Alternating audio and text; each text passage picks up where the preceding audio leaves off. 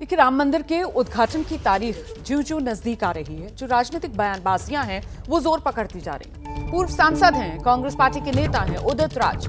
एक ट्वीट किया है उन्होंने, जिसके बाद विवाद खड़ा हो गया है। उदित राज कह रहे हैं कि 500 साल बाद मनुवाद की वापसी हो रही है।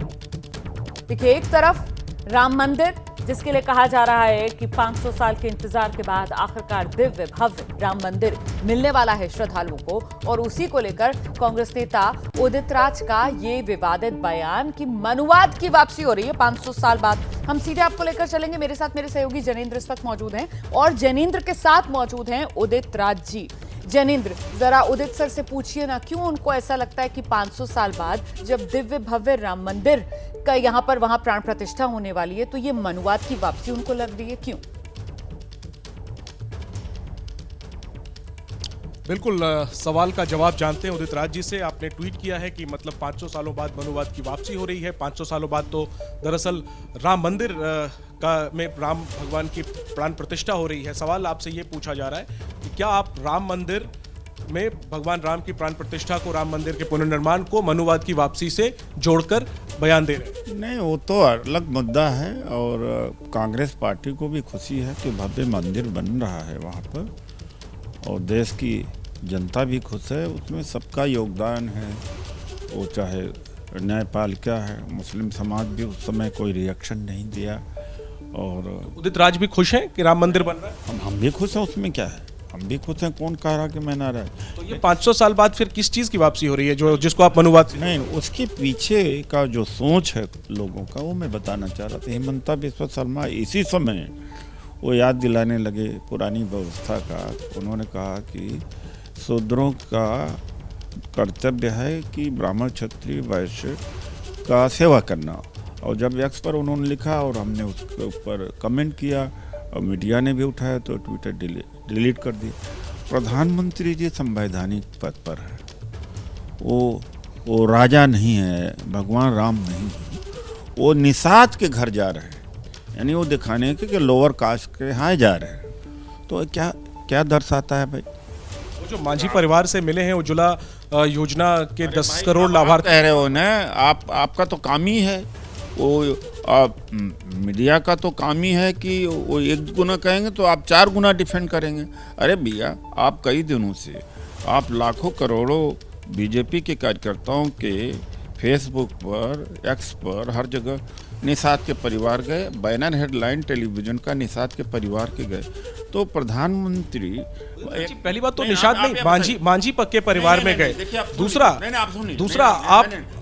आप ये कह रहे हैं क्या दलित के घर जाना गुनाह है? निषाद परिवार, दलित के घर जाना मनुवाद है? निषाद परिवार है, निषाद परिवार के यहाँ जाना, और ऐसे परफेक्ट निषाद परिवार में ही जाना, क्या वो मनुवाद है? और अरे भाई, एक बात है कि ये राजा हैं क्या, राम भगवान राम है क्या कि निषाद प्रधानमंत्री हैं? लेकिन क्या निषाद के ही घर जाना मनुवाद?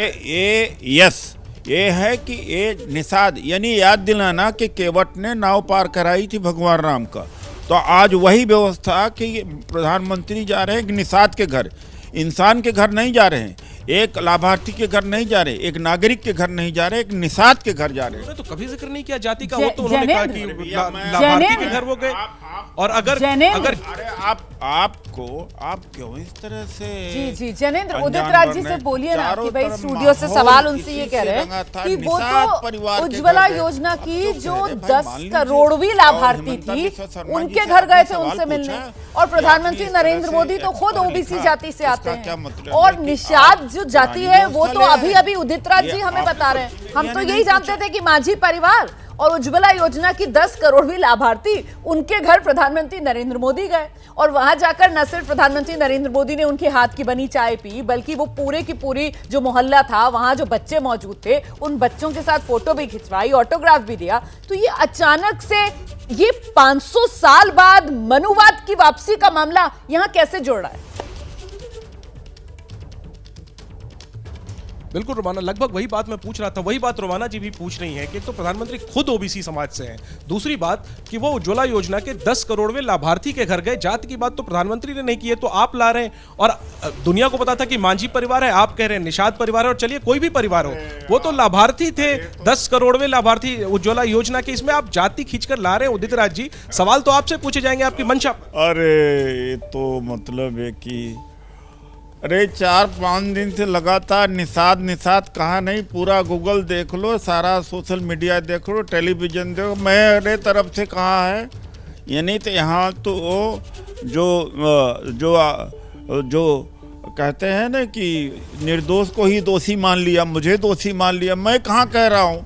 मेरा एक सवाल और है। 4-5 दिनों से किसी मीडिया ने खंडन किया, प्रधानमंत्री जी ने खंडन किया, बीजेपी ने खंडन किया कि निषाद परिवार क्या, निषाद परिवार निषाद माना जी एक सवाल और पूछ रही है। सवाल और है जी ने सवाल सही किया, ये उल्टा ये हमारे ऊपर कर रहे हैं। नहीं अरे उदित राज जी से एक सवाल, आप अपने टेलीविजन से पूछिए और तमाम लाखों जो जी प्लीज आप पूछिए। उदित राज जी एक सवाल और मेरा सुन लीजिए प्लीज, ज्ञानेंद्र उनसे पूछ लीजिए आप कि ये जो कह रहे हैं साहब कि 500 साल बाद मनुवाद की वापसी हो रही है, तो क्या ये देश के संविधान का अपमान नहीं कर रहे हैं? क्योंकि 1949 में कॉन्स्टिट्यूएंट असेंबली ने इस संविधान को अडॉप्ट किया था और 26 जनवरी 1950 में हम भारत के लोगों ने इसको अंगीकार किया।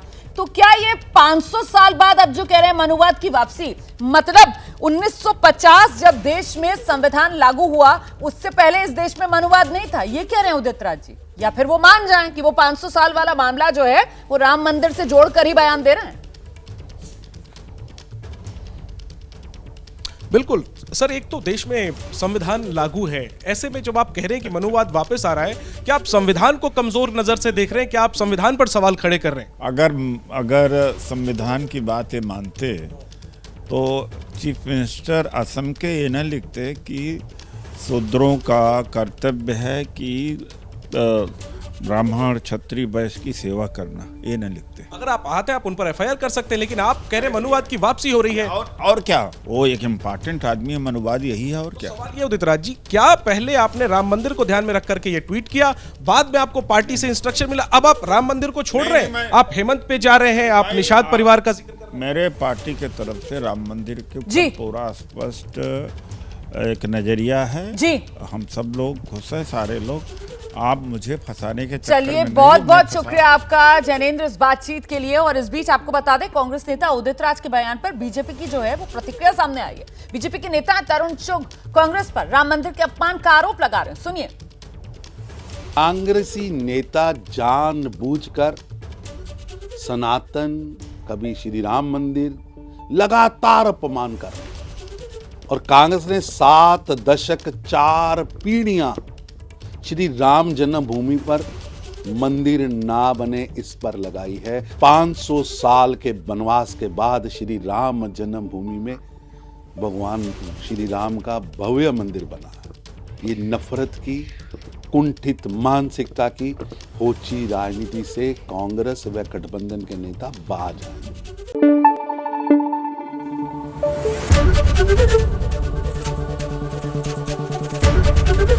एबीपी न्यूज आपको रखे आगे।